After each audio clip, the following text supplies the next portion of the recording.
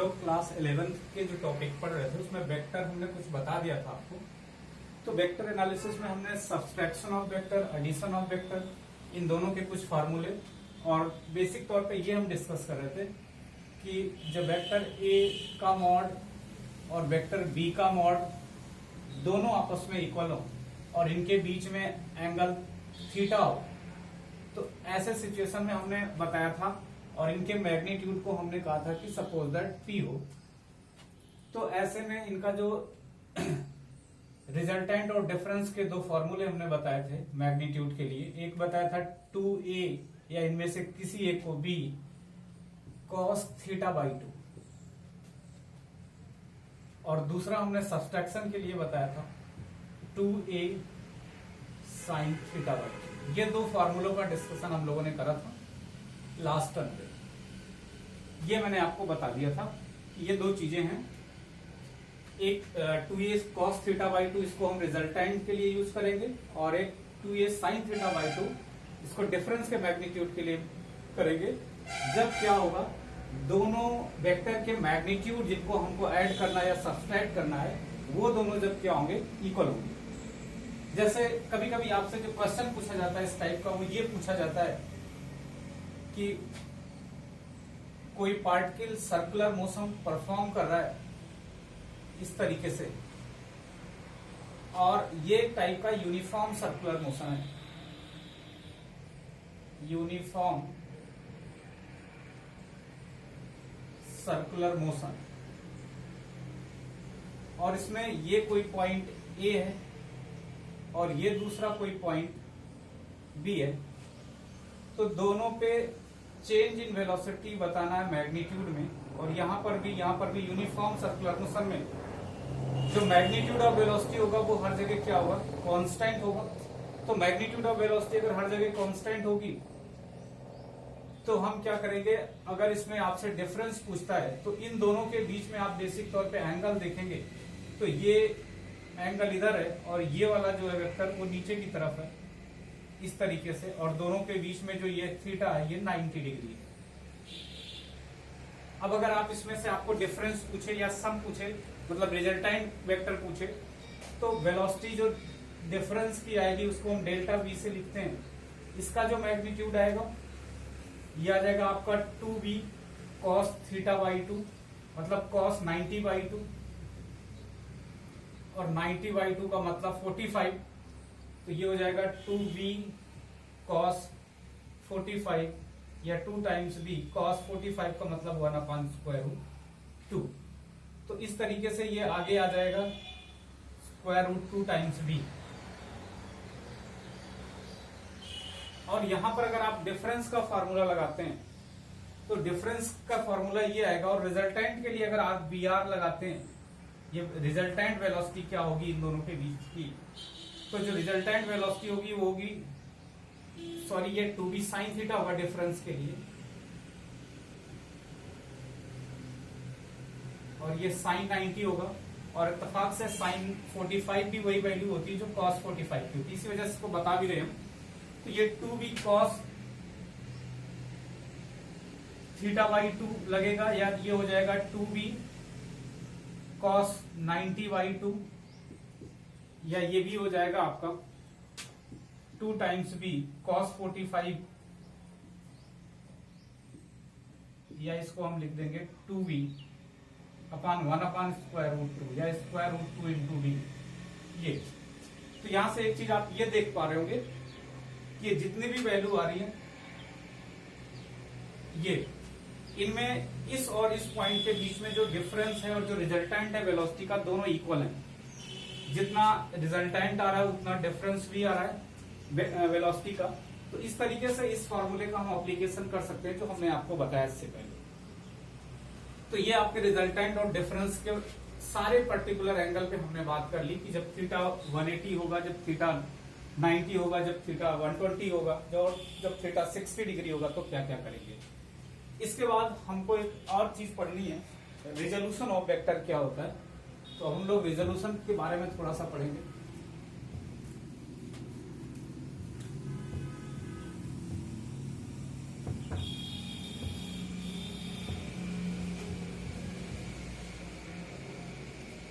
Resolution हो गया। Vector को रिजॉल्व कैसे करते हैं?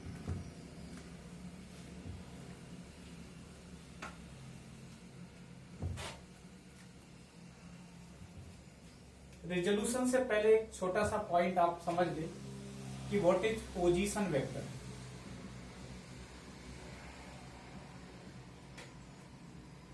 तब आपको बेहतरीन तरीके से समझ में आएगा कि रिजोल्यूशन कैसे करते हैं। तो पोजीशन वेक्टर की अगर हम बात करते हैं तो पोजीशन वेक्टर जो होता है, जैसे ये कोई पोजीशन कोऑर्डिनेट में बना रहा हूं, ये कोई पॉइंट है और ये थोड़ा सा 3D ज्योमेट्री है। ये सपोज दैट एक्स एक्सिस है, ये वाई एक्सिस है, और ऐसे डॉटेड लाइन से मैं जेड एक्सिस बना दे रहा हूं, ये जेड एक्सिस है। ये आपको ये पता है कि जेड एक्सिस जो होती है वो इस प्लेन के परपेंडिकुलर होती है, outward and inward, like this, outward and inward. तो इसको हमने डॉटेड लाइन से बनाया, क्योंकि ऐसा बना नहीं सकते, इस वजह से हमने इसको डॉटेड लाइन से कर दिया। अब ये आउटवर्ड और इनवर्ड, ये बात तो समझ में आ रही है कि ये एक्स एक्सिस है और इधर वाला आ जाएगा आपका माइनस एक्स एक्सिस। ये वाई एक्सिस है तो ये माइनस ऑफ वाई एक्सिस, ये जेड है तो ये माइनस ऑफ जेड एक्सिस। अब अगर हम किसी पॉइंट को यहां पर लेते हैं, किसी पोजीशन कोऑर्डिनेट को यहां पर लेते हैं, और ये पोजीशन अगर हम चेक करते हैं, ये तो ऑरिजिन है, यहां पर हर चीज क्या होगी 0,0,0, मतलब इसका ये होगा कि x भी 0 होगा, y भी 0 होगा और z भी 0 होगा। लेकिन अगर यहां पर हमने कोई पोजीशन कोऑर्डिनेट लिया और इस पोजीशन को हमने a, b, c ऐसा करके दिखाया, तो ये तो पोजीशन है, कोई पोजीशन हम p से रिप्रेजेंट कर रहे हैं इस तरीके से। तो इस पोजीशन p को अगर हम ऑरिजिन से मिलाएं, इस पोजीशन p को अगर ऑरिजिन से मिलाते हैं, तो मिलाने के बाद from origin towards the point, ये जो वेक्टर बनता है, अगर इस पॉइंट को हम O लेते हैं और इसको P लेते हैं, तो ये OP वेक्टर ही क्या है? पोजीशन वेक्टर है। OP वेक्टर को हम क्या बोलेंगे? It is called position vector. तो what is the definition of position vector? Position vector is vector join the origin to the point, origin को पॉइंट से जो मिलाता है, ऐसे वेक्टर को हम क्या बोलते हैं? पोजीशन वेक्टर कहेंगे। और ये जो पोजीशन वेक्टर होता है, अगर इसको हम लिखने के तरीके की बात करें, तो ये पॉइंट कैसे आएगा, हम पहले ये सोचते हैं इस कोऑर्डिनेट में ये पॉइंट आता कैसे होगा। तो A पॉजिटिव है, यहाँ B पॉजिटिव है, C पॉजिटिव है। A जो रिप्रेजेंट कर रहा है वो एक्स एक्सिस को रिप्रेजेंट करेगा, मतलब पॉजिटिव है तो पॉजिटिव एक्स एक्सिस को रिप्रेजेंट कर रहा है। बी जो है वो भी पॉजिटिव है, तो ये तो वाई एक्सिस में चली गई चीजों को रिप्रेजेंट करेगा, पोजीशन को रिप्रेजेंट करेगा। और सी जो है वो जेड एक्सिस में चली गई चीजों को रिप्रेजेंट करेगा। पॉजिटिव है तो पॉजिटिव की जेड एक्सिस में। इसका मतलब इस पॉइंट को अचीव करने के लिए इसको हमने जरूर बोर्ड पे बनाया है, बट ये बोर्ड पे नहीं लाई करेगा, ये कहीं स्पेस में यहां कहीं लाई करेगा। और ये मिलेगा कैसे हमको? जो हम x में a चलेंगे, y में b चलेंगे, x में यहां से यहां a आए और y में यहां से यहां b आए और z में हम यहां c आए, तो यहां कहीं ये पॉइंट मिलेगा। मतलब x, y और z तीनों एक्सिस में हम क्या करेंगे, अगर यहां पर चलते हैं तो ये पोजीशन हमको प्राप्त होगी कि ये पोजीशन हमको तब मिलेगी जब हम x एक्सिस में a चलेंगे, y एक्सिस में प्लस का b चलेंगे, मतलब प्लस y एक्सिस में b चलेंगे और प्लस जेड एक्सिस में सी चलेंगे, तो ये पॉइंट यहां कहीं पर हमको मिलेगा इस तरीके से। तो अब इस पॉइंट को हम इस ऑरिजिन से यहां मिला दें, तो ये जो वेक्टर लाइन बनेगी इसे हम पोजीशन वेक्टर कहेंगे। तो पोजीशन वेक्टर के जो रिप्रेजेंट करने का तरीका ये होता है, हमने आपको बताया अगर आपको मैग्नीट्यूड मालूम है तो डायरेक्शन यूनिट वेक्टर से रिप्रेजेंट करते हैं, और यूनिट वेक्टर के हर एक्सिस में रिप्रेजेंटेशन को हम समझते हैं कि अगर किसी भी यूनिट वेक्टर को एक्स एक्सिस में रिप्रेजेंट करना है, then we will denoted by the plus I cap, और माइनस ऑफ एक्स एक्सिस में minus I cap, plus Y axis में J cap, minus Y axis में माइनस ऑफ जे कैप, और Z axis में K cap, minus of Z axis में minus K cap. तो अगर इसको हम रिप्रेजेंट करते हैं कि ये इन तीनों के समेशन से ये पोजीशन आई हुई है, तो इस पोजीशन वेक्टर को हम ये लिख सकते हैं कि ये पॉइंट ए यहां है और इस ए पॉइंट से हम कहां से स्टार्ट किए, जीरो से। मतलब अगर ए माइनस जीरो करें तो ये इतना हम किधर चल रहे हैं, फ्रॉम जीरो टू ए जा रहे हैं, फ्रॉम ओरिजिन टू ए जा रहे हैं किधर, एक्स एक्सिस में। और एक्स एक्सिस की डायरेक्शन को रिप्रेजेंट करने के लिए आई कैप लेंगे, because A is plus and plus denoted the positive of X axis and positive X axis represented by the positive I cap unit vector. After that second point is the B, और दूसरा point अगर B है तो ये Y axis पे चलने पे आएगा, तो इसको हम ऐड करते हैं इसमें। और वाई एक्सिस में मैग्नीट्यूड क्या है, बी, और माइनस जीरो, मतलब जीरो से कहां तक गए हम, बी तक गए हैं। कैसे, वाई एक्सिस में जीरो टू बी गए हैं वाई एक्सिस में, तब ये पॉइंट मिला हुआ है। और अगर इसकी हम बात करें तो बी पॉजिटिव है, पॉजिटिव का मतलब इस डायरेक्शन को हम प्लस जे कैप से रिप्रेजेंट करेंगे इस तरीके से। और लास्ट में हम अगर क्या करते हैं, ये पॉइंट इधर इतना चले, फिर y में इतना चले, अब z में c चलेंगे तब ये पॉइंट मिलेगा, मतलब प्लस में z चलेंगे तो प्लस में क्या हो जाएगा, ये c minus zero into Z direction को, प्लस की z डायरेक्शन को हम क्या लिखते हैं, k कैप से लिखते हैं। तो OP जो पोजीशन वेक्टर आएगा यहां से, वो पोजीशन आएगा a I cap plus b j cap plus c k cap. तो किसी भी पोजीशन को रिप्रेजेंट करने का तरीका ये होता है कि उस पोजीशन को हम कैसे रिप्रेजेंट करेंगे, या किसी भी पोजीशन वेक्टर के लिए अगर आपको पोजीशन वेक्टर लिखना है और आपको पोजीशन कोऑर्डिनेट दिया हुआ है, तो आप क्या करेंगे, एक्स वाई जेड में उस पोजीशन कोऑर्डिनेट को देखेंगे कि प्लस के एक्स में, कि माइनस के एक्स में, प्लस की वाई में, कि माइनस की वाई में, प्लस के जेड में, कि माइनस के जेड में। और ऐसा करने के बाद आप क्या करेंगे, उसको उस पोजीशन को ऑरिजिन से मिलाएंगे और लाइन खींचेंगे और direction from origin towards the point बनाएंगे, और उस वेक्टर को जो बनेगा उसे हम पोजीशन वेक्टर कहेंगे। और उसको लिखने का तरीका ये होता है कि उनके जो कॉफिशिएंट हैं, एक्स का कॉफिशिएंट एक्स के साथ आई कैप में लिखेंगे, अगर वो पॉजिटिव है तो बी का वाई का कॉफिशिएंट क्या करेंगे, ये कॉफिशिएंट होते हैं एक्स के, वाई के, जेड के, सीरियल से लिखे होते हैं। पहला कॉफिशिएंट एक्स का होगा, दूसरा वाई का, तीसरा जेड का। अगर इनके सामने कहीं पर भी नेगेटिव लगा हुआ है तो नेगेटिव सिर्फ और केवल सिर्फ इनकी डायरेक्शन को रिप्रेजेंट करता है कोऑर्डिनेट्स की, बाकी ये वैल्यू जो होती है वो पॉजिटिव ही लेंगे। यहाँ पर हम नेगेटिव माइनस भी लिखा होता तो इसका ये मतलब हुआ कि हम y में निगेटिव की तरफ चलेंगे, ये कहीं इस कोऑर्डिनेट में आएगा। तो b को हम क्या करेंगे, y एक्सिस में लेंगे। तो इस तरीके से किसी भी पोजीशन वेक्टर को हम लिख सकते हैं।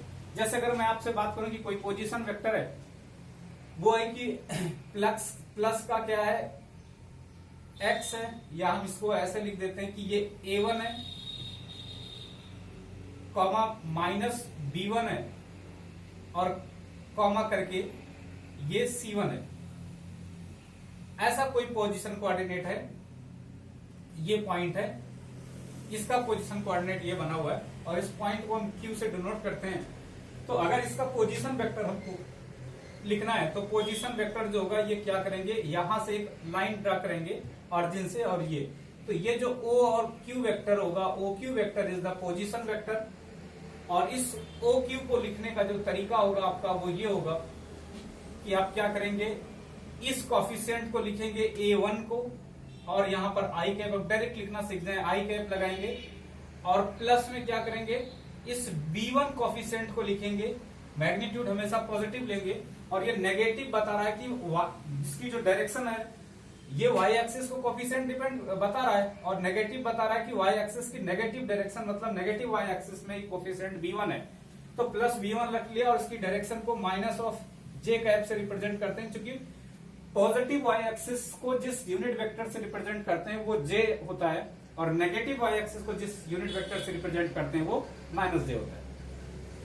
इसके बाद हम क्या करेंगे, C1 की बात करते हैं, और C1 का प्लस के कैप में है, तो ये हो जाएगा आपका इस तरीके से। तो OQ पोजीशन वेक्टर को अगर आप लिखेंगे तो OQ position vector is written like this, ये O हो गया और ये Q हो गया, ये हो जाएगा A1 आई कैप माइनस B1, ये प्लस माइनस मल्टीप्लाई होगा तो माइनस हो जाएगा, माइनस B1 J कैप और प्लस C1 K कैप, ये होगा आपका पोजीशन वेक्टर ओ क्यू। ये पोजीशन वेक्टर बहुत इंपॉर्टेंट है कि आपको कहीं पर भी पोजीशन बताना आनी चाहिए। अगर जैसे कोई कोऑर्डिनेट ऐसा लिखा हुआ है, ये लिखा हुआ है -2 +3 और ये 5, ये कोई पोजीशन है इस तरीके से, और इस पोजीशन का अगर हमको पोजीशन वेक्टर बनाना है तो आप इसे ऑरिजिन से मिलाएंगे, और जैसे ऑरिजिन से मिलाएंगे ये एक वेक्टर बना जिसे हमने पोजीशन वेक्टर कहा, and that position vector is represented like this. इसको अगर हम रिप्रेजेंट कर रहे हैं इस पोजीशन वेक्टर को, और इसको ओ क्यू ये हो गया है, इसको हमने एस से रिप्रेजेंट कर दिया तो ये ओ एस वेक्टर होगा। और ओ एस वेक्टर को हम कैसे रिप्रेजेंट करेंगे, O S is equal to, ये हो जाएगा, डायरेक्ट लिखेंगे 2 - i cap plus 3 + j cap plus 5 k cap, इस तरीके से। तो ये ओ एस वेक्टर जो होगा पोजीशन वेक्टर, ये हो जाएगा -2i cap plus 3j cap plus 3j cap और प्लस में 5k कैप, इस तरीके से ये ओ एस वेक्टर रिप्रेजेंट करेंगे। इस कोऑर्डिनेट में अगर सारे नेगेटिव हो जाएं तो ऐसे में ये हो जाएगा -1, -2, -4। अगर ऐसा कोई पोजीशन है, ये इसको हम टी बोलते हैं, तो what will be OT vector. OT is kind of the position vector, and this OT position vector, OT is represented like this. अब डायरेक्ट हम लिख दे रहे हैं यहां पर कि ये हो जाएगा आपका -i कैप, 1 × 1 1 ही होगा, प्लस में इसको करेंगे तो माइनस टाइम्स आएगा तो माइनस प्लस माइनस हो जाएगा, तो ये -2j कैप हो जाएगा और ये -4k कैप हो जाएगा। तो इस तरीके से हम ओटी पोजीशन वेक्टर को रिप्रेजेंट कर सकते हैं। तो ये रिप्रेजेंटेशन ऑफ पोजीशन वेक्टर है कि किसी भी पोजीशन वेक्टर को हम कैसे करेंगे। देखो पोजीशन वेक्टर बहुत इंपॉर्टेंट है समझना, क्योंकि अगर पोजीशन नहीं समझोगे तो पोजीशन, इस पोजीशन को हम यहां लाएंगे तो पोजीशन में चेंज नहीं समझ पाओगे, और जब पोजीशन में चेंज नहीं समझ पाओगे तो चेंज इन पोजीशन ही डिस्प्लेसमेंट होता है। कोई भी चीज डिस्प्लेस कैसे होती है, अपनी पोजीशन से हट के दूसरी पोजीशन पे चली जाए, तो चेंज इन पोजीशन को ही डिस्प्लेसमेंट कहते हैं। डिस्प्लेसमेंट नहीं निकाल पाओगे, डिस्प्लेसमेंट एक वेक्टर क्वांटिटी है, बहुत ही चेंज इन पोजीशन। और जब डिस्प्लेसमेंट नहीं जानोगे तो क्या होगा, change in displacement with respect to time velocity होती है, फिर आपको वेलोसिटी समझने में दिक्कत होगी। और अगर वेलोसिटी नहीं जानेंगे तो change in velocity with respect to time acceleration होता है, एक्सेलरेशन नहीं जानेंगे और ये सब चीजें नहीं जानेंगे तो आगे की फिजिक्स में काइनेमेटिक्स जो है, आपकी मैकेनिक्स जो पार्ट है वो नहीं जानेंगे। इस वजह से बहुत बेहद इंपॉर्टेंट है कि आप पोजीशन वेक्टर को सही से समझे कि क्या होता है पोजीशन वेक्टर, और इसे नोट करिए।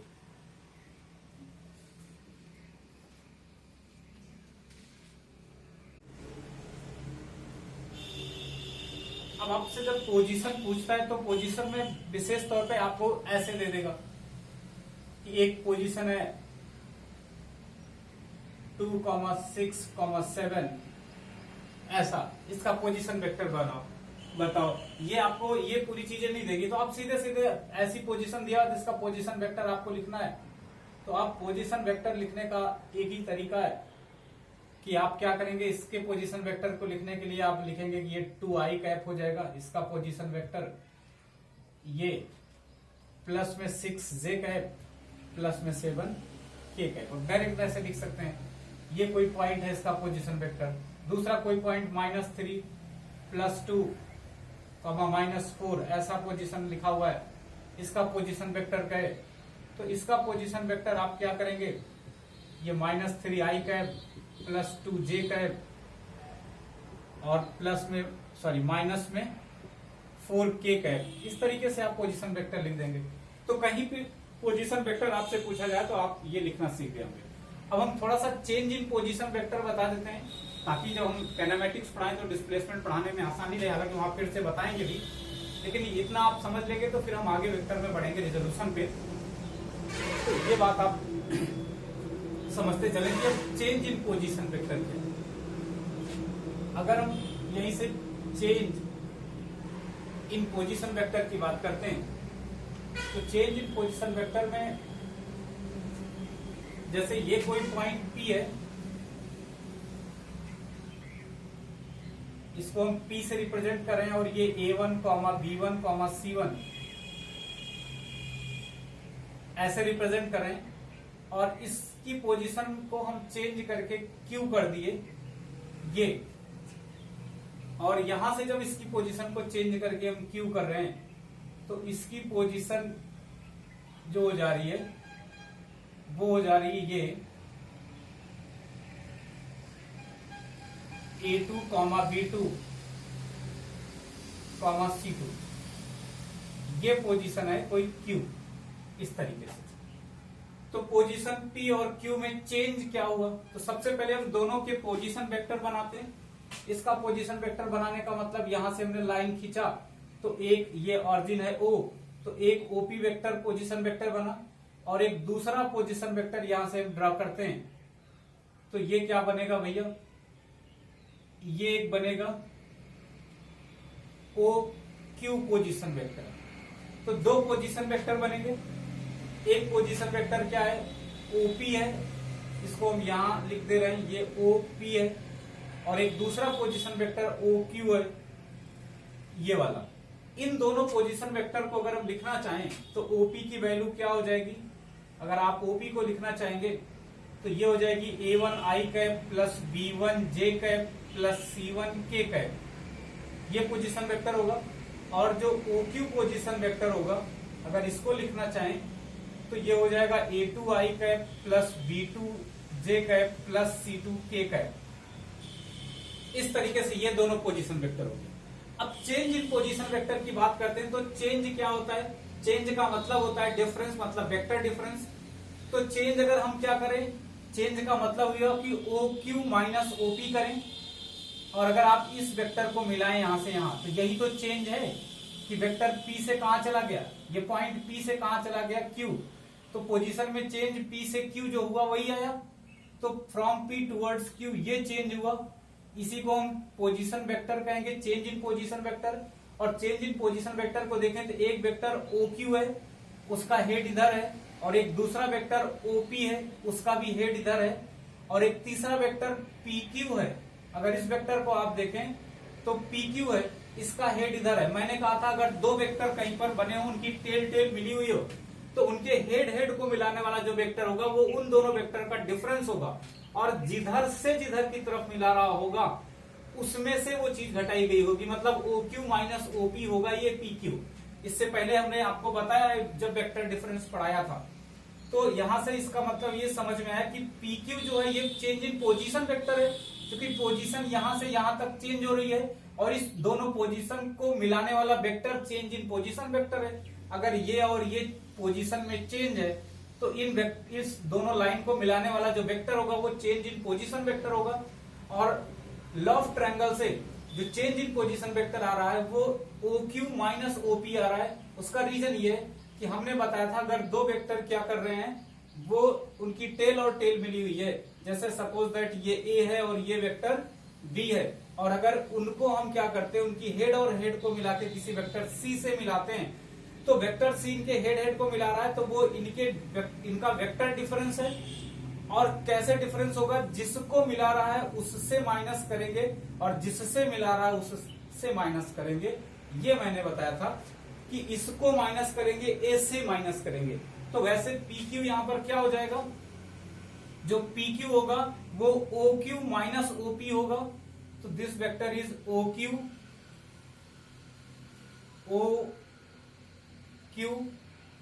Minus vector OP, and both are position vector and its value ये आपको रखी गई है, केवल आप पुट कर सकते हैं, इस पे ये वैल्यू रख दें और इस पे ये वैल्यू रख दें, तो आपको क्या होगा, PQ change in position vector होगा, और यही आगे डिस्प्लेसमेंट होगा। तो यहां आप इसको लिखेंगे तो ये हो जाएगा भैया A2 i plus B2 j plus में C2 k, और इसके साथ ये वेक्टर डिफरेंस में आएगा A1 i plus B1 j plus में C1 k। और यहां से एक चीज ये दिख रहा है कि I की डायरेक्शन सेम होगी, J की डायरेक्शन सेम होगी, K की डायरेक्शन सेम होगी, और अगर I माइनस I की करेंगे तो अपोजिट होगी। तो तो अगर हम इस साइन को मल्टीप्लाई करें तो ये सब में जाएगा तो डिस्ट्रीब्यूटिव होगा, ये माइनस हो जाएगा, ये भी माइनस हो जाएगा और ये भी माइनस हो जाएगा। तो ये सारे माइनस होंगे और इधर सारे प्लस होंगे, तो ये ऑपोजिट वेक्टर होंगे। तो हम क्या करेंगे, ए को एक साथ, बी को एक साथ, या आई को एक साथ, जे को एक साथ और के को एक साथ, सारे यूनिट वेक्टर को एक साथ करेंगे, तभी तो ये क्या होगा, ऑपोजिट वेक्टर आपस में वेक्टर डिफरेंस हो जाएंगे। तो PQ जो पोजीशन आएगी, या पहले हम आपको ऐसे लिख के दिखा दे रहे हैं, इसके बाद नेक्स्ट स्टेप में इसको करके दिखाते हैं आपको। इस कैलकुलेशन को ऊपर, इस कैलकुलेशन को आप करेंगे तो जो PQ वेक्टर आएगा, that vector is equals to ये A2i cap plus B2j cap plus C2k cap, ये है ही है। और माइनस में जब आप मल्टीप्लाई करेंगे तो मैं नीचे लिख दे रहा हूं, या यही y एक्सिस को मिटा के ऐसे लिख दे रहा हूं, ये y एक्सिस है। माइनस में ये हो जाएगा आपका A1i cap minus B1j cap minus C1k cap, ऐसा। और जब इसको सॉल्व करके पूरा लिखोगे तो PQ जो आएगा वो हो जाएगा, इसको एक साथ करोगे तो A2 माइनस A1 मिला करके ये I कैप हो जाएगा। अगर आप देखें तो इन दोनों का डिफरेंस, ये I कैप कॉमन हो जाएगा, प्लस में B2 माइनस B1 के साथ J कैप और प्लस में C2 माइनस C1 के साथ K कैप। तो कभी भी चेंज इन पोजीशन वेक्टर लिखना है आपको, तो जिस पोजीशन के लिए चेंज आप लिख रहे होंगे वहां का कोफिशिएंट माइनस पहले का कोफिशिएंट, उसके साथ उसका सुटेबल क्या करेंगे, यूनिट वेक्टर लिखेंगे। फिर दूसरे का क्या होगा, कोफिशिएंट माइनस पहले का कोफिशिएंट वाई एक्सिस में, फिर उसके सुटेबल क्या करेंगे, रेस्पेक्टिव आप क्या करेंगे, यूनिट वेक्टर लिखेंगे।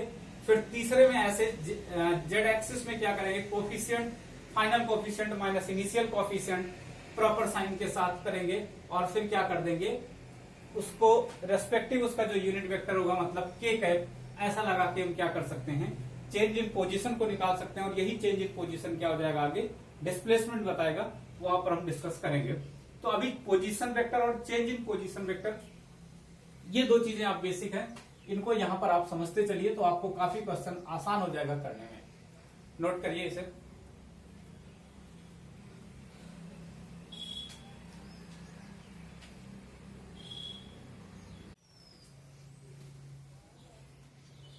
इसके बाद चेंज इन पोजीशन आपको ऐसे, जैसे ये बोलेगा कि कोई पार्टिकल किसी पोजीशन ए से किसी पोजीशन बी पे जाती है तो व्हाट इज डिस्प्लेसमेंट, और ऐसे देगा कि particle move from position, particle move from position 2, 3, -2 to another position 3, 4, 6।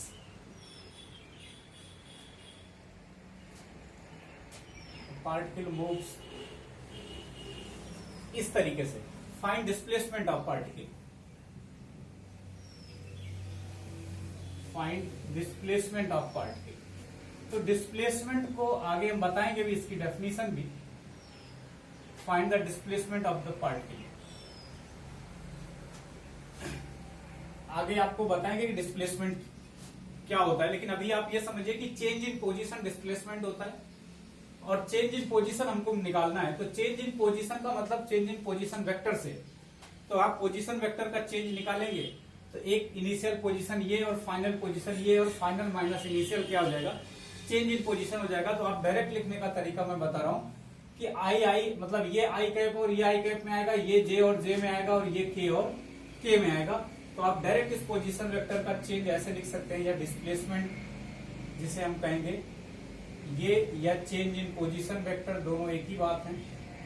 Change in ऐसा भी पूछ सकता है कि पोजीशन का चेंज, पोजीशन वेक्टर में चेंज क्या हुआ, चेंज इन पोजीशन वेक्टर, ये दोनों चीजें एक ही बात है। और ये होंगी कितना, 3 - 2। मैंने कहा final coefficient minus initial coefficient के साथ सुटेबल रेस्पेक्टिव यूनिट वेक्टर, तो मतलब यहाँ आई कैप हो जाएगा प्लस में ये 4 पॉजिटिव में और माइनस में 3, तो ये 4 माइनस 3 और respective unit vector is J cap. और इसके बाद फाइनल पोजीशन है आपकी 6, तो प्लस में 6 और माइनस ऑफ 2, इसके कोफिशिएंट के साथ ये नेगेटिव ले लेंगे तो साइन अपने आप प्रॉपर होकर के आप के कैप में ही लिखेंगे तब भी आ जाएगा, माइनस इंटू माइनस ऑफ 2 और ये हो जाएगा के कैप। तो अगर आप इसको चेक करेंगे तो ये चेंज इन पोजीशन जो आएगा वो आ जाएगा आई कैप 3 माइनस 2 1 हो जाएगा, प्लस में 4 माइनस 3 अगेन 1 हो जाएगा, तो आई प्लस जे, प्लस में ये 6 और माइनस माइनस प्लस, तो ये प्लस 2 हो जाएगा, तो 6 प्लस 2 8 के कैप। इस तरीके से ये पोजीशन वेक्टर या डिस्प्लेसमेंट आ जाएगा। ये आपको मालूम होना चाहिए कि हमको डिस्प्लेसमेंट कैसे निकालना या चेंज इन पोजीशन वेक्टर निकालना कैसे है, ये तरीका है।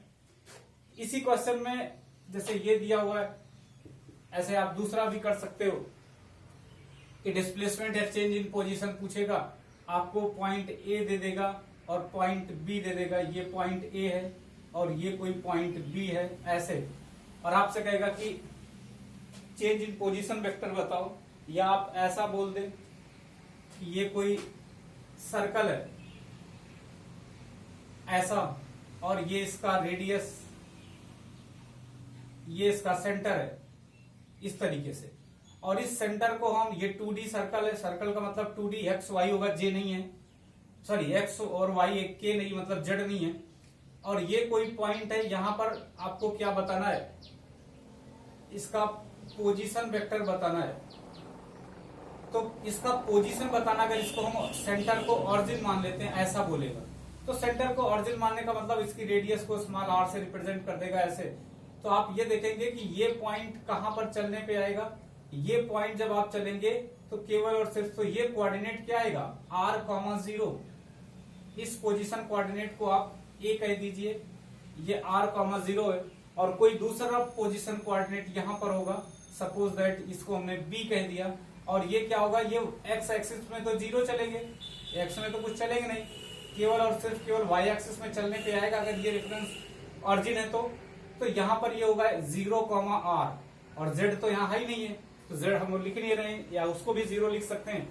तो आप देखेंगे आपसे पूछेगा चेंज इन पोजीशन वेक्टर या पोजीशन वेक्टर ऐसे पूछ लेगा, या आपसे ऐसा कह दे कि आप ए बी वेक्टर बता दो, ए बी वेक्टर बता दो, या चेंज इन पोजीशन बताओ फ्रॉम कोई पार्टिकल ए से बी, सर्कुलर मोशन में पॉइंट ए से पॉइंट बी जाता है तो उसका डिस्प्लेसमेंट क्या होगा, ये भी एक ही टाइप का क्वेश्चन है, डिस्प्लेसमेंट फ्रॉम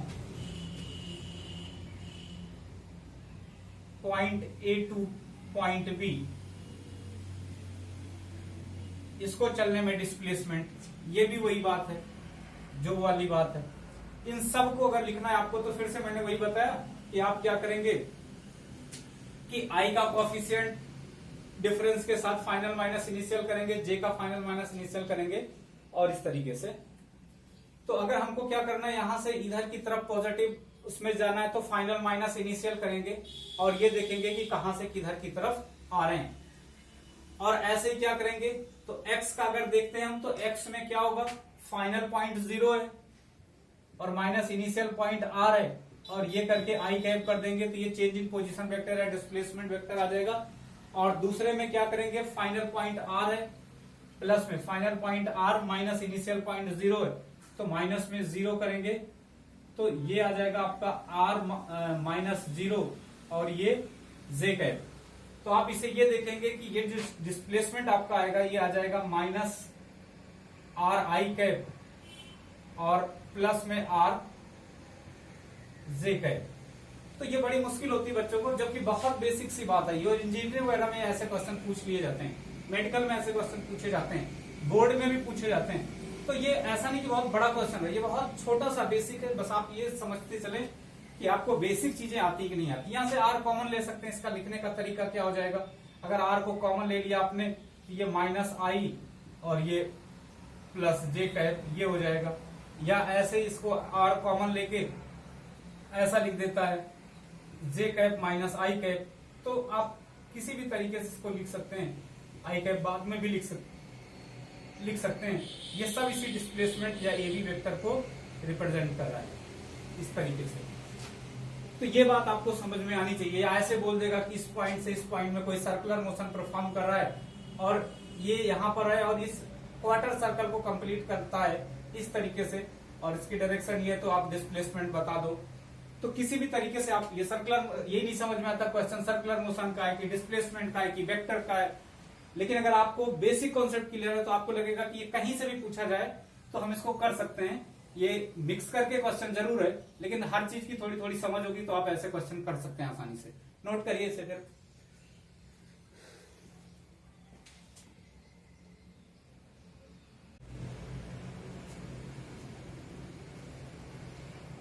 तो ये चेंज इन पोजीशन वेक्टर हो गया या डिस्प्लेसमेंट, ये डिस्कस फर्दर करेंगे जब हम काइनेमेटिक्स स्टार्ट करेंगे।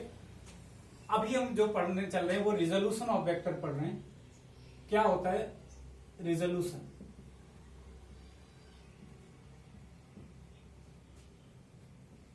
वेक्टर को हम रिजॉल्व कैसे करते हैं? जैसे कोई भी वेक्टर क्या है कि वो स्पेस में है या एक्स और वाई के इन बिटवीन है। जैसे ये एक्स एक्सिस है, ये वाई एक्सिस है, और ये क्या है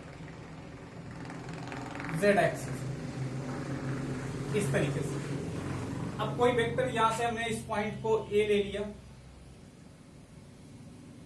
इसको ओ लिया और ये पॉइंट ए लिया, और यहां से ओ एक वेक्टर बनाया हमने। ये पोजीशन वेक्टर है या इसे ए वेक्टर से लिखते हैं ये। अब इस वेक्टर को अगर हम इस तरीके से लिखते हैं तो इस वेक्टर का अपना एक मॉड होगा। अब जैसे हमने कहा कि ये यहां पर a, b, c इस तरीके से ये वेक्टर है, तो ये ओ ए वेक्टर जो पोजीशन वेक्टर होगा ओ ए, अब इसको हम क्या लिखेंगे A I cap plus B J cap plus C K cap. ये तो बहुत आसान सी बात है, ये बताया भी है मैंने। इसी को ए वेक्टर कहें या ओ ए कहें, एक ही बात है। अगर ऐसा है तो एक तरफ ये पूछा जाता है किसी वेक्टर का मैग्नीट्यूड बताओ। तो मैग्नीट्यूड का मतलब ये है कि ये इन तीन एक्सिस में जो वेक्टर हैं इनका वेक्टर रिजल्ट हमको बताना है मॉड में। तो अगर आप देखें तो एक्चुअल में ये जो ओ ए वेक्टर है ये कैसे लिखा हुआ है? It is the vector sum of three vectors in X axis, O A vector in X axis, ऐसा हम कह सकते हैं। तो ए आई कैप हो जाएगा। ओ ए वेक्टर का एक कंपोनेंट वाई एक्सिस में है जिसको हम बी जे कह रहे हैं, और ओ ए वेक्टर का अगर बेटा एक ये देखा जाए कि एक कंपोनेंट जेड एक्सिस में है तो इसे हम सी के कैप। ये तीन वेक्टर का वेक्टर सम है एक्चुअल में ओ ए जो लिखा हुआ है। और ये लिखा कैसे? ये स्पेस में ऐसे है, लाइक दिस, ऐसा। तो यहां पर अगर कोई पॉइंट है उसको हमने ऑरिजिन से मिलाया, तो ये जो वेक्टर है एक्चुअल में ये कुछ एक्स में चला गया है, कुछ वाई में, कुछ जेड में। इन तीनों को वेक्टर के फॉर्म में जोड़ लिया गया है, तब ये बना हुआ है। इसका मतलब एक वेक्टर ये ऐसा है, एक वेक्टर ऐसा है और एक वेक्टर ऐसा है। इन तीनों का सम करा हमने। जैसे हम इधर चले फिर ऐसे चले, अगर इस पॉइंट पे आना तो पहले हम ए यहां चले और फिर बी यहां चले और सी यहां है, तब ये पॉइंट आया। और तीनों को अलग अलग डायरेक्शन में हमने अलग अलग वेक्टर का फॉर्मेट दिया और इसको हमने जोड़ लिया। तो ये जो वेक्टर जोड़ने पर आया उसको हमने ओ ए कह दिया। मतलब इस पॉइंट को डायरेक्ट मिला दिया, तो डायरेक्ट हम इसको निकाल सकते हैं रादर देन कि इधर जाएं इधर आए। इससे हम ऐसे पा सकते हैं कि इस वेक्टर को डायरेक्ट यहाँ, जैसे ये कोई पोजीशन है तो इस पोजीशन पे पहुंचने के कई सारे तरीके हैं। उनमें से एक तरीका ये है कि यहां से यहां आए, फिर यहां से यहां आए और फिर यहां आए, और एक तरीका है कि यहीं से डायरेक्ट यहां चले आए। तो ये जो डायरेक्ट वाला तरीका है ये डिस्प्लेसमेंट है, आगे हम बताएंगे भी क्या है। और ये वेक्टर जो डायरेक्ट मिलता है इसको हम ऐसे लिख सकते हैं। तो ये आता कैसे होगा? एक्चुअली ये आता ऐसे है। अब अगर मैं आपसे पूछूं कि तीन वेक्टर हैं, तीनों को हमको ऐड करना है और उनको ऐड करके उनके रिजल्टेंट का मैग्नीट्यूड बताना है, तो तीनों हम ऐड कैसे करेंगे? जैसे दो को ऐड करना होता है, दो वेक्टर को, और दोनों के बीच में जो थीटा होता है वो अगर हमको पता हो तो हम square root A square plus B square plus 2ab cos theta करके जोड़ते हैं मैग्नीट्यूड निकालने के लिए। तो आप देखेंगे इनके आई और जे ये दोनों यूनिट वेक्टर हैं। इसका कहने का मतलब है कि ए मैग्नीट्यूड चलना है आपको एक्स एक्सिस में। तो अगर हम ओ ए का केवल मॉड की बात करें एक्स एक्सिस में, इसका क्या मॉड होगा? तो आप कहेंगे एक्स एक्सिस में जो इसका मॉड होगा वो ए होगा। ऐसे मैं आपसे कहूं कि यही ओ ए वेक्टर का वाई एक्सिस में क्या मॉड होगा, तो आप बोलोगे इसका वाई एक्सिस में जो मॉड होगा वो बी होगा। और इसी ओ ए वेक्टर का अगर जेड एक्सिस में या जेड डायरेक्शन में मॉड पूछे तो ये सी होगा। अब तीनों वेक्टर के मैग्नीट्यूड, हमको किसी रिजल्टेंट वेक्टर का मैग्नीट्यूड निकालने के लिए तीन चीजें मालूम होनी चाहिए, मैंने आपको बताया था। आर निकालने के लिए हमको ए का मैग्नीट्यूड मालूम होना चाहिए, बी का मैग्नीट्यूड मालूम होना चाहिए और इनके बीच का एंगल मालूम होना चाहिए ये, तो उसका कॉस थीटा, ये फॉर्मूला हम अप्लाई करते हैं वेक्टर समेट डिफरेंस के लिए, -2 ये भी कॉस थीटा करते हैं। तो हमको उस वेक्टर का, तो हमको तीन वेक्टर के रिजल्टेंट का मॉड और तीनों को हम जोड़ रहे हैं, उनका मैग्नीट्यूड चाहिए। तो मैग्नीट्यूड निकालने का तरीका ये कि मैंने बताया कि इनके बीच में, तो हमको ये पता है कि इन दोनों एक्स और वाई के बीच में जो एंगल होता है वो 90 डिग्री होता है, क्योंकि एक्स एक्सिस और वाई एक्सिस आपस में परपेंडिकुलर होती हैं। ऐसे वाई एक्सिस और जेड एक्सिस भी आपस में, और ये तीनों आपस में म्यूचुअली परपेंडिकुलर होती हैं। तो X Y Z, all these three axis are perpendicular to each other, ये आपस में सब म्यूचुअली परपेंडिकुलर होगी। जैसे ये होता है तो सारे एक दूसरे से 90 का एंगल बनाएंगे। तो अब जब कोई भी वेक्टर 90 का एंगल बनाता है तो उसके रिजल्टेंट का मॉड कैसे होता है, cos 90 जीरो हो जाएगा, मैंने बताया था। तो ये पूरा टर्म क्या हो जाएगा, ये जीरो, तो इससे मल्टीप्लाई हुआ सारा होल टर्म जीरो। तो आर किसी भी वेक्टर का मैग्नीट्यूड, चाहे रिजल्ट में निकाले रिजल्टेंट में, चाहे डिफरेंस में, वो square root A square plus B square आया था, अभी पिछले टर्म पे बताया था। यही आर भी आता था और यही एस का भी मैग्नीट्यूड आता था, क्योंकि -2 ये भी कॉस थीटा करोगे, अगर cos 90 है तो ये -2 भी वाला पूरा टर्म, चाहे प्लस में हो चाहे माइनस में हो, जीरो ही होगा। तो वो होता है ए स्क्वायर प्लस बी स्क्वायर। तो कभी भी इनका रिजल्टेंट, अब ऐसे अगर तीन वेक्टर हों और तीनों एक तीसरे के 90 पर हो, तो हम इन दोनों को निकालने के बाद उसके साथ वो भी 90 बना रहा है, तो उसको भी क्या करेंगे, अगर ये तीनों 90 बना रहे हैं तो हम तीनों का क्या करेंगे, square root A square plus B square plus C square. इस वजह से जब कभी भी आई जे के फॉर्म में कोई भी वेक्टर हो और उसका आपको मैग्नीट्यूड पूछे, जैसे ओ ए का मॉड, तो ओ ए का मॉड निकालने का मतलब ये हुआ कि ये एक्सिस में जितने भी वेक्टर हैं वो आपस में म्यूचुअली परपेंडिकुलर होंगे और उनके मैग्नीट्यूड हमेशा पॉजिटिव होते हैं। जैसे हमने कहा कि आई के साथ, जे के साथ, के साथ, तो आई जे के सब आपस में क्या होंगे, परपेंडिकुलर होंगे। अगर आपसे कहें -i माइनस जे, तो वो भी परपेंडिकुलर होंगे। ये आपका -i है, ये आपका -j है, ये भी 90 डिग्री है। प्लस का के, माइनस का आई, सब 90, माइनस प्लस कोई भी हो, सेम चीज ना हो तो वो या तो सेम चीज होगी तो या तो 180 बनाएगी या तो 0 बनाएगी। जैसे आई 0 बनाएगी, आई माइनस आई 180 बनाएगी। लेकिन अगर आप क्या करते हैं कि ये -i प्लस जे या प्लस जे माइनस जे प्लस आई कुछ भी करेंगे, अगर आई जे का कॉम्बिनेशन है तो ये 90 डिग्री ही होगा। और अगर ऐसा है तो फिर हम क्या करेंगे, इसका रिजल्टेंट का मैग्नीट्यूड निकालने का यही तरीका है कि square root A square plus B square plus C square, सारे वेक्टर्स के कॉफिशिएंट के हम क्या करेंगे, स्क्वायर का सम करके स्क्वायर रूट निकालेंगे, उस वेक्टर का क्या आ जाएगा। किसी भी वेक्टर का मैग्नीट्यूड निकालने का ये तरीका होता है। तो किसी भी वेक्टर का मैग्नीट्यूड निकालने का तरीका, कभी भी आपसे कोई भी वेक्टर दिया हो, जैसे बेटा ये दे दिया है ओ बी कोई वेक्टर है सपोज दैट, या कोई वेक्टर बी है, उसने ऐसे लिखा हुआ है कि A I cap -2j cap plus 3k cap, और इसका मैग्नीट्यूड बताओ। तो मैग्नीट्यूड का मतलब ये वेक्टर बना कैसे है, इसको हमने 2 कर दिया। ये वेक्टर बना कैसे है, ये बना है कि 2 एक्स एक्सिस में चलेंगे, 2 माइनस की वाई एक्सिस में चलेंगे और 3 प्लस की जेड एक्सिस में चलेंगे। तो ये तीनों आपस में म्यूचुअली परपेंडिकुलर होंगे। आई माइनस जे मतलब माइनस वाई से परपेंडिकुलर होगी, आई का मतलब एक्स और माइनस वाई का मतलब ये, तो ये 90 डिग्री बनाएंगे। और जे और के आपस में, या आई और के भी आपस में 90 डिग्री, चूंकि आई ये होगा और के ये होगा तो ये भी 90 बनाएंगे और इसके साथ भी ये 90 होगा। अगर आप देखेंगे तो के ये होगा, आई ये होगा, जे माइनस जे ये होगा, तो ये भी 90, ये भी 90। तो चाहे माइनस जे आई हो ये भी 90 बनाएगा, चाहे आई और के हो ये भी 90 बनाएगा, चाहे माइनस जे के हो ये भी 90 बनाएगा, सब आपस में 90 होंगे। तो वही फार्मूला लगाएंगे कि स्क्वायर रूट 2 का स्क्वायर, कॉफिशिएंट का स्क्वायर करेंगे, प्लस 2 का स्क्वायर प्लस में 3 का स्क्वायर। ध्यान रहे नेगेटिव साइन नहीं लेना है, magnitude always positive, magnitude of vector always positive. हम केवल कॉफिशिएंट लेंगे 2, 3 जो कुछ भी होगा उसका स्क्वायर करके सम करेंगे और फिर उसका स्क्वायर, टोटल का स्क्वायर रूट निकालेंगे तो उस वेक्टर का मैग्नीट्यूड आएगा। तो किसी भी वेक्टर का मैग्नीट्यूड या मॉड निकालने का यही एक तरीका है जो मैंने बताया। आप ऐसे करेंगे, जब भी कोई वेक्टर दिया होगा उसका आपसे मैग्नीट्यूड पूछे तो उनके जितने भी कोफिशिएंट हैं सबके पहले स्क्वायर करेंगे।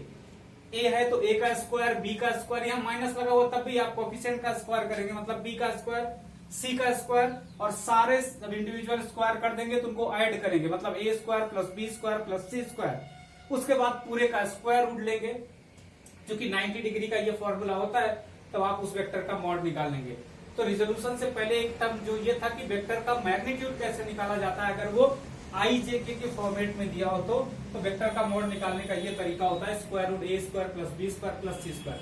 आपके एग्जाम में कई बार यही एक क्वेश्चन पूछ लेता है, कोई वेक्टर दे देगा, कहेगा इसका मैग्नीट्यूड बताओ, तो मैग्नीट्यूड आप फट से बता सकते हैं। या कोई वेक्टर देगा, आपसे कहेगा कि इस वेक्टर का यूनिट वेक्टर बताओ, तो बेटा जी यूनिट वेक्टर के लिए मैंने फार्मूला बताया था, किसी भी वेक्टर का यूनिट वेक्टर क्या होता है, उस वेक्टर का वो vector upon mod of vector. तो मॉड ऑफ वेक्टर कब, यहाँ यूनिट वेक्टर, अब वेक्टर वो वाला दे दिया, इसी का यूनिट वेक्टर पूछा कि what is the unit vector of A, या यूनिट वेक्टर ऑफ बी पूछ रहा है, तो बी का यूनिट वेक्टर कैसे निकालोगे, vector B upon mod of B. तो मॉड निकालना आता रहेगा तब तो निकाल पाओगे। तो यहाँ से वेक्टर बी को तो हम ये रख देंगे आई जे के फॉर्मेट में, लेकिन मॉड यहाँ से निकलेगा ना, 2 2 जा 4, 2 2 जा 4, 3 3 जा 9, तो ये 4 4 8 और 8 9 17, तो स्क्वायर रूट 17 ये आएगा आपका आंसर। ये यूनिट वेक्टर अगर निकालना चाहेंगे आप तो ये हो जाएगा 2i cap minus 2j cap और प्लस 3k कैप, अपान में हो जाएगा स्क्वायर रूट 17 लाइक दिस। 2 2 जा 4, 2 2 जा 4, 4 4 8, 3 3 जा 9 और 9 8 17, स्क्वायर रूट 17। ये आपको ऐसा unit vector B unit vector आएगा। ऐसे क्वेश्चन पूछेगा नीट वगैरह में, कई बार ऐसे क्वेश्चन पूछेंगे, आप एक वेक्टर दे दिया, बोला इसका यूनिट वेक्टर बताओ, तो बच्चे यूनिट वेक्टर का सीधा मकसद ये समझते हैं कि हम 1 से मल्टीप्लाई कर दें उस वेक्टर को। ऐसा नहीं होता, यूनिट वेक्टर का मतलब होता है ये vector upon mod of vector. तो मॉड आप जानते रहेंगे तब वेक्टर के साथ डिवीजन करेंगे या रेशियो निकालेंगे, तब यूनिट वेक्टर आप कैलकुलेट कर पाएंगे किसी चीज का। ठीक है, इतना नोट करिए।